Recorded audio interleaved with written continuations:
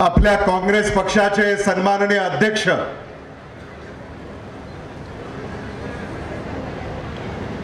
देशातल्या सर्वोच्च सभागृहातील राज्यसभेचे सन्माननीय विरोधी पक्ष नेते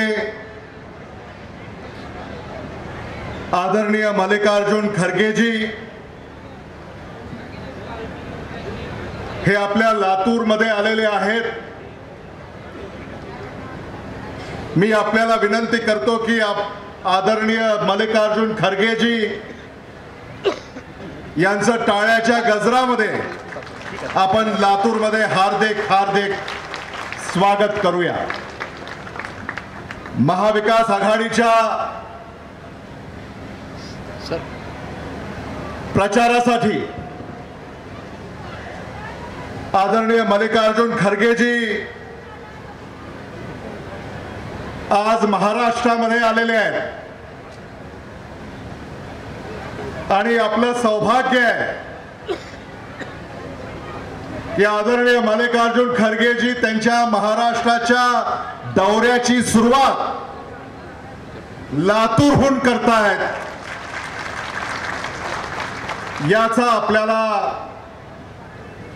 मनस्वी आनंद होतोय।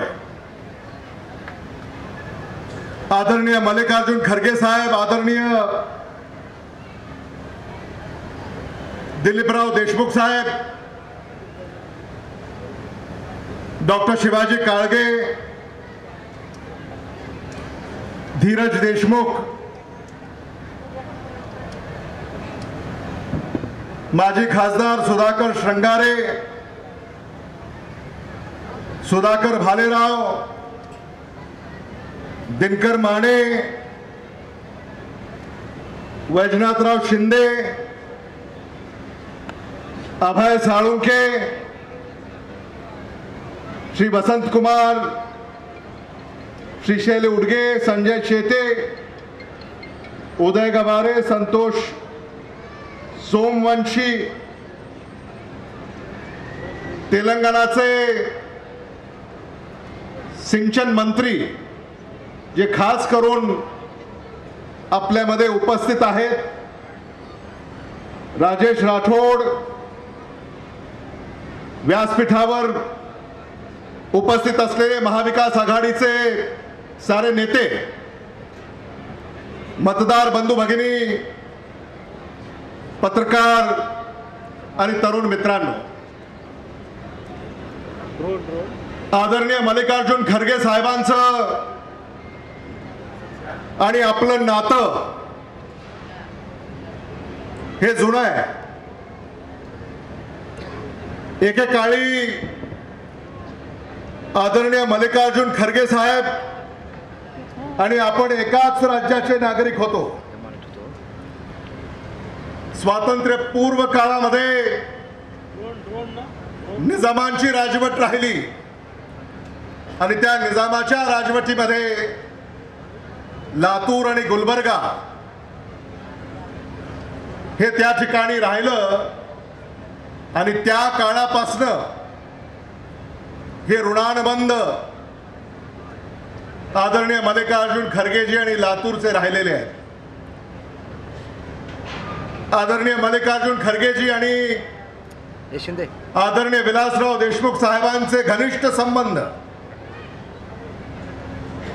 हे देखील मला आपल्याला आवर्जून या निमित्तानं सांगावंसं वाटतं।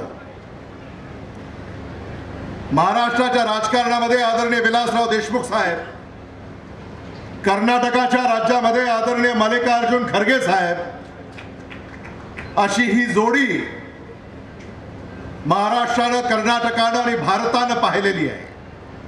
आणि त्यानंतर दिल्लीमध्येही आदरणीय मल्लिकार्जुन खरगे साहेब आणि आदरणीय विलासराव देशमुख साहेबांनी एकाच काळामध्ये एकत्र काम केलं, हे आपण अजूनही विसरलेले नाही आहोत। मी तुम्हाला एक छोटासा किस्सा सांगू इच्छितो। तुम्हाला आठवत असेल की लातूरची रेल्वे नांदेडला चालली होती, आठवते की नाही? लातूरची रेल्वे नांदेडला चालली होती आणि त्या काळामध्ये आदरणीय मल्लिकार्जुन खरगे साहेब रेल्वे मंत्री होते.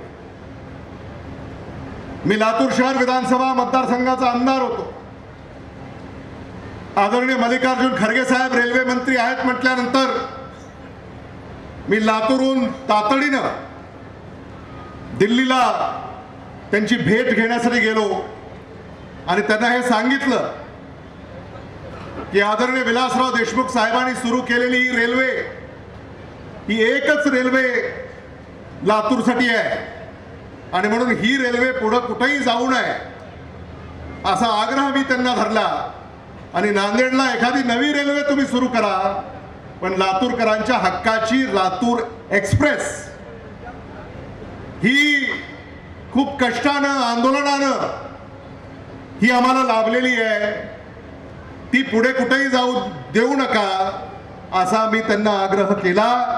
आणि मला आठवत आहे आदरणीय मल्लिकार्जुन खरगे साहेबांनी तातडीनं आदेश दिले आणि ती रेल्वे जी नांदेडला जाणार होती ती रद्द केली आणि लातूर एक्सप्रेस मुंबई लातूर लातूर मुंबई ही पूर्ववत केली.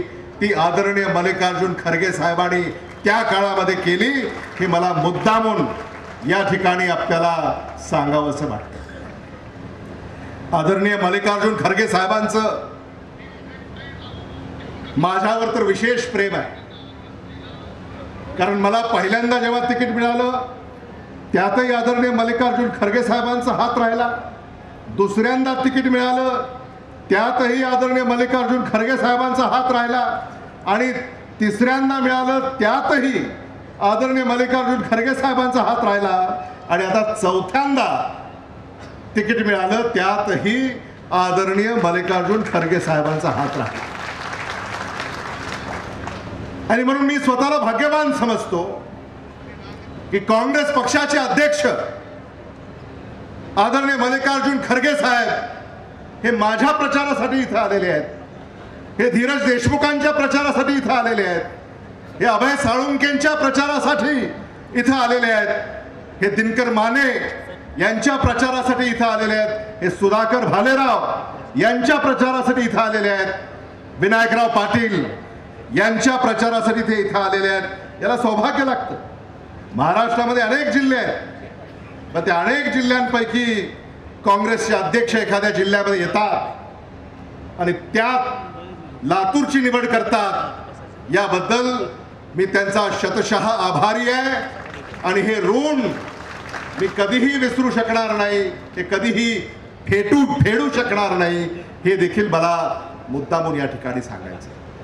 मी आदरणीय मल्लिकार्जुन खरगे साहेबांना सांगू इच्छितो की या लातूर शहर विधानसभा मतदारसंघामध्ये लातूरचा आमदार म्हणून 2400 कोटी रुपयाची विकास कामे गेल्या 5 वर्षामध्ये आम्ही या ठिकाणी पूर्ण केलेली आहे. जो शब्द तुम्हाला दिला होता तो शब्द आम्ही या ठिकाणी पूर्ण केलेला आहे.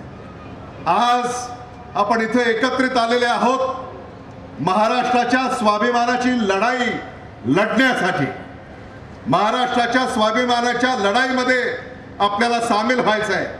महाराष्ट्रातलं महायुतीचं सरकार सत्तेपासून दूर करायचं आहे आणि महाराष्ट्राचा स्वाभिमान पुन्हा महाराष्ट्राच्या विधिमंडळामध्ये आपल्याला पुनर्स्थापित करायचं आहे. हे आव्हान मी आपल्याला या निमित्तानं करू इच्छितो. या महाराष्ट्र विधानसभेच्या निवडणुकीमध्ये सामान्य माणसाचे अनेक प्रश्न आहेत आणि म्हणून महाविकास आघाडीनं पंचसूत्री कार्यक्रम दिलेला आहे. इथं अनेक शेतकरी उपस्थित आहेत. जे शेतकरी ज्यांच्या डोक्यावर कर्ज आहे त्यांनी जरा हात वर करा बरं. जे शेतकरी आहेत आणि ज्यांच्या डोक्यावर कर्ज आहे त्यांनी हात वर करा. या सगळ्या शेतकऱ्यांचं कर्ज 15 डिसेंबरला महाविकास आघाडी सरकार आल्यानंतर माफ होणार आहे.